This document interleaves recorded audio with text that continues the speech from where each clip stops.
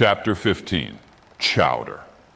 It was quite late in the evening when the little moss came snugly to anchor, and Queequeg and I went ashore, so we could attend to no business that day, at least none but a supper and a bed.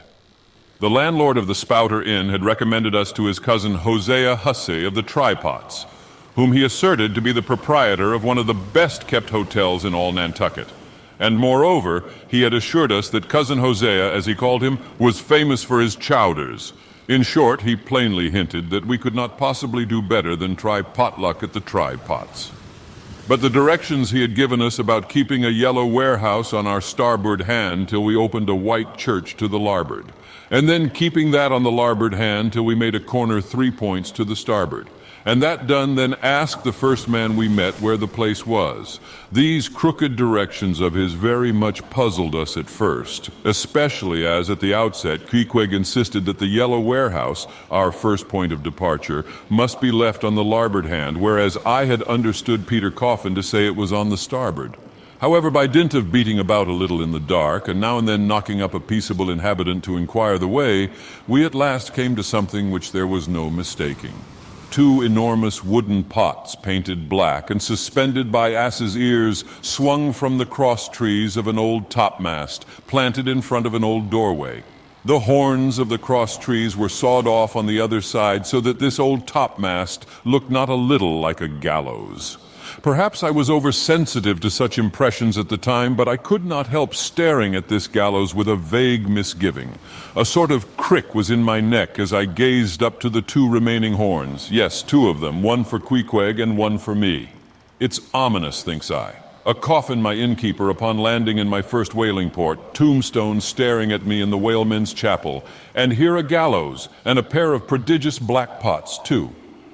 Are these last throwing out oblique hints touching Tophet? I was called from these reflections by the sight of a freckled woman with yellow hair and a yellow gown, standing in the porch of the inn, under a dull red lamp swinging there that looked much like an injured eye, and carrying on a brisk scolding with a man in a purple woolen shirt. "Get along with ye," said she to the man, "or I'll be combing ye." "Come on, Queequeg," said I. "All right, there's Mrs. Hussey." And so it turned out. Mr. Hosea Hussey being from home, but leaving Mrs. Hussey entirely competent to attend to all his affairs.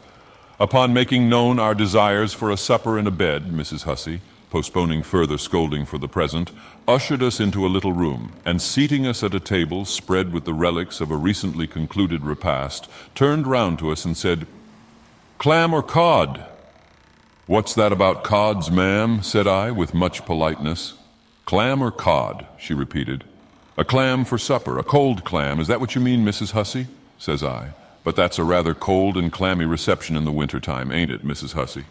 But being in a great hurry to resume scolding the man in the purple shirt, who was waiting for it in the entry, and seeming to hear nothing but the word clam, Mrs. Hussey hurried towards an open door leading to the kitchen and bawling out "Clam for 2," disappeared.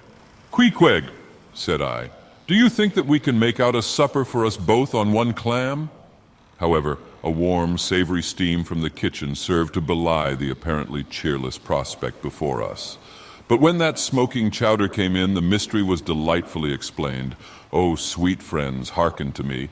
It was made of small, juicy clams, scarcely bigger than hazelnuts, mixed with pounded ship biscuit and salted pork cut up into little flakes, the whole enriched with butter and plentifully seasoned with pepper and salt. Our appetites being sharpened by the frosty voyage, and in particular Queequeg seeing his favorite fishing food before him, and the chowder being surpassingly excellent, we dispatched it with great expedition, when leaning back a moment and bethinking me of Mrs. Hussey's clam and cod announcement, I thought I would try a little experiment. Stepping to the kitchen door, I uttered the word "cod" with great emphasis, and resumed my seat. In a few moments the savory steam came forth again, but with a different flavor, and in good time a fine cod chowder was placed before us. We resumed business, and while plying our spoons in the bowl, thinks I to myself, I wonder now if this here has any effect on the head.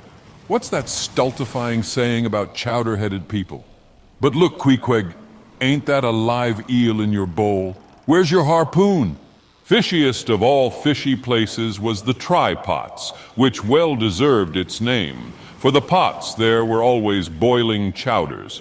chowder for breakfast, and chowder for dinner, and chowder for supper, till you began to look for fish bones coming through your clothes. The area before the house was paved with clam shells. Mrs. Hussey wore a polished necklace of codfish vertebra, and Hosea Hussey had his account books bound in superior old shark skin. There was a fishy flavor to the milk, too, which I could not at all account for, till one morning, happening to take a stroll along the beach among some fishermen's boats, I saw Hosea's brindled cow feeding on fish remnants and marching along the sand with each foot in a cod's decapitated head, looking very slipshod, I assure ye. Supper concluded, we received a lamp and directions from Mrs. Hussey concerning the nearest way to bed, but as Queequeg was about to precede me up the stairs, the lady reached forth her arm and demanded his harpoon. She allowed no harpoon in her chambers. Why not, said I. Every true whaleman sleeps with his harpoon, but why not? Because it's dangerous, says she. Ever since young Stiggs coming from that unfortunate voyage of his when he was gone 4 years and a half with only 3 barrels of ile, was found dead in my first floor back with his harpoon in his side. Ever since then I allow no boarders to take such dangerous weapons in their rooms at night. So, Mr. Queequeg, for she had learned his name, I will just take this here iron and keep it for you till morning, but the chowder, clam or cod tomorrow for breakfast, men. Both, says I, and let's have a couple of smoked herring by way of variety.